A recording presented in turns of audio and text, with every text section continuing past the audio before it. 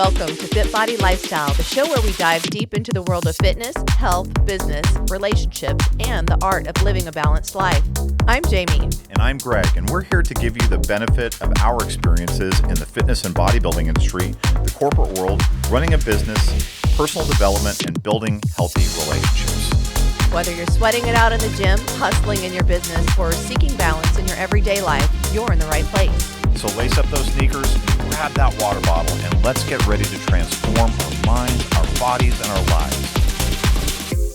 Hey everybody, welcome to Fusion Hacks. This is where we spend a little bit of time on more of a quick hit topic, just things that are maybe top of mind or top of the news or top of your mind. So today we are going to talk about weight loss additive supplements, specifically talking about the semaglutide or the prescription name Ozempic, Wegovy, and tirzepatide, which is a peptide. Semaglutide is also a peptide. So, Jami, why don't you kick it off? Yeah, so what these medications are being used for is weight loss, and they've been primarily tested in obese individuals and have been found to have been very effective in helping curb appetite. So really decreases appetite. In the case of tirzepatide specifically, it also can help with some insulin resistance. So there's some great benefits being had in general in the weight loss community. And I should have caveated all of this by telling everybody our disclaimer, which is neither of us are healthcare professionals, neither of us are physicians, we are not chemists. We are going to talk a little bit about the application that we've seen in our industry of these weight loss medications and peptides, but we are not going to make any recommendations about whether you should or shouldn't. With that caveat, I will also disclose, I have personally used semaglutide, I have personally used tirzepatide, and am currently using tirzepatide. And my clinical reason for using it was that my A1C was high. And so I started out with semaglutide and had some effects with that as I started to increase the dosage, which is how that medication works, and I was having some side effects that I didn't like. Diarrhea, I used the D word, I guess that's okay. We're full disclosure, authenticity here. But I had some stomach issues, some diarrhea. Tirzepatide has been much better for me, and my last A1C lab results did demonstrate an improvement.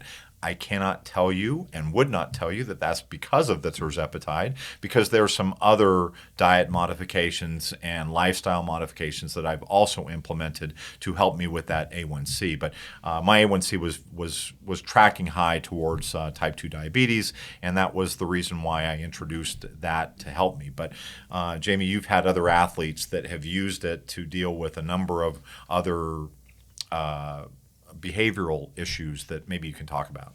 Well, and obviously in the competition world, being hungry is a big part of it during prep, even more so I feel like coming out of a show. I have had a couple of athletes that in the past have had some issues with eating, disordered eating, things like that, which is something we really want to be careful of while we are competing. So I have had a couple people that have used the peptide coming out of a show just to kind of help maintain their ability to not start binging and then therefore potentially purging. It's not approved for this purpose, so I just want to say that. But that is the main area where I've seen it be used. I think that one of the most difficult things is what you mentioned. For some people, they do get some digestive issues. Not everybody. Everyone's a little bit different.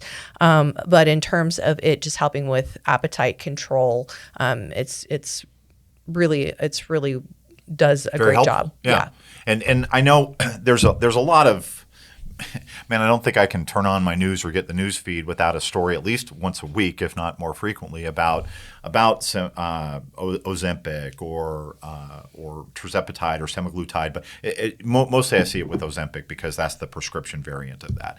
And I do think that this ties in with, we've talked about this before, this microwave culture approach, which is people want that one shot, that one fix, that panacea, that what was going to cure all. There is no such thing. Everybody is going to be a little bit different. Everybody's reaction to medications is going to be different. Whether you are a good candidate for this or not a good candidate for this is a discussion point with your physician, and to see whether you meet the criteria, to see whether there are any contraindications based on other medications you may be taking. There's a whole host of things that go into prescribing this.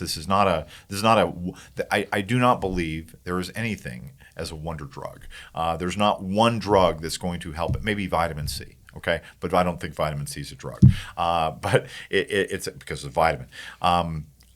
I just want people to understand that there's an application for this. That application may fit within your profile, and it may not fit within your profile. So I guess how would you advise somebody to at least pursue more information other than their physician?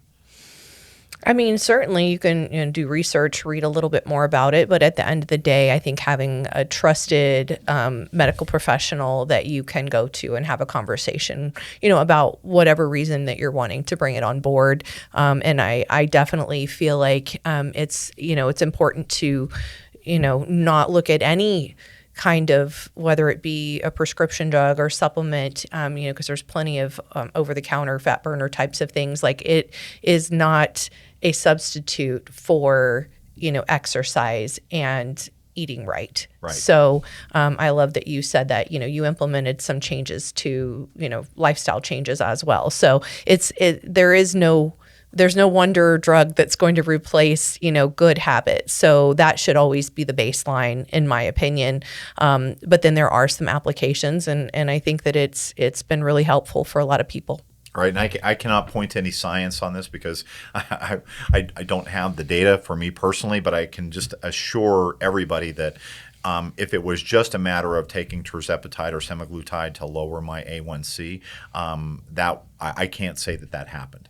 I can't attribute the lowering of my A1C to either of those medications or to the lifestyle changes that I implemented, which was reducing my sugar intake to start with, and being a little bit more active in the daytime. So those factors alone may have put my A1C into the right range. I don't know.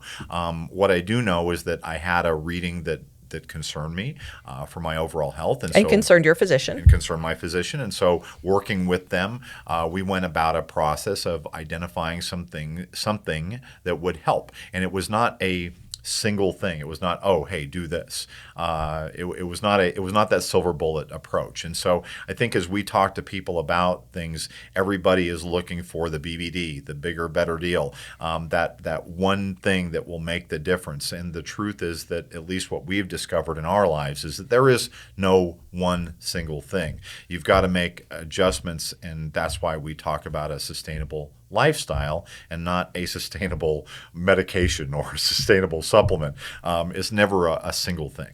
Absolutely. I mean, everything has side effects. And, for people that don't know A1C, it's showing a 3-month average of glucose. So it's a better indicator than just glucose alone, which can change from moment to moment, hour to hour. So when you go have blood drawn, that's really, what you want to look at is the big picture. And this is one of the things we talk about too, is just having regular checkups, getting blood work done regularly, making sure that you're taking care of your health and putting your health first. And if you start to see there's an issue, then there's tools that can be used, whether they be lifestyle or medications, things like that. But you just want to go into everything, researching it, knowing what the potential side effects are, knowing if there's any contraindications. And that way you're making the right decisions for you and for your health and for your body. And I think that maybe we end this little fusion hack by telling people that if you are not getting a response from your physician, you approach your physician with a problem, the problem is hitting on deaf ears, or a non-response, get a second opinion.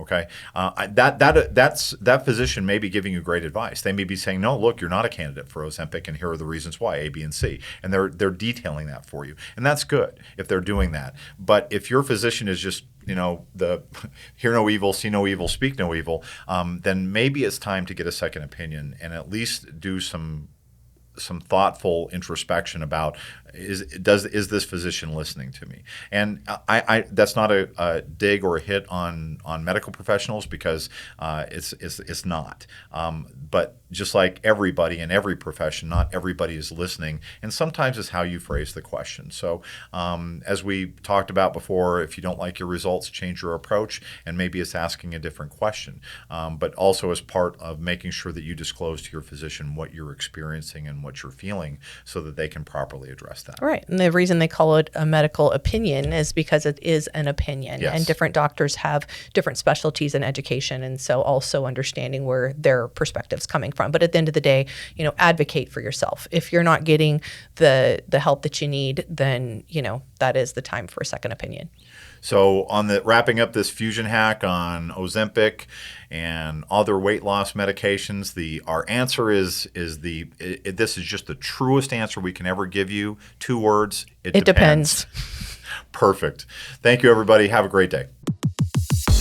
Thank you for tuning in to FitBody Lifestyle. We hope today's episode has left you feeling motivated and equipped to tackle your fitness goals, business challenges, and the daily dance of life. Remember to value progress over perfection. Life's tough enough alone. Find the chosen family around you to help you along the way.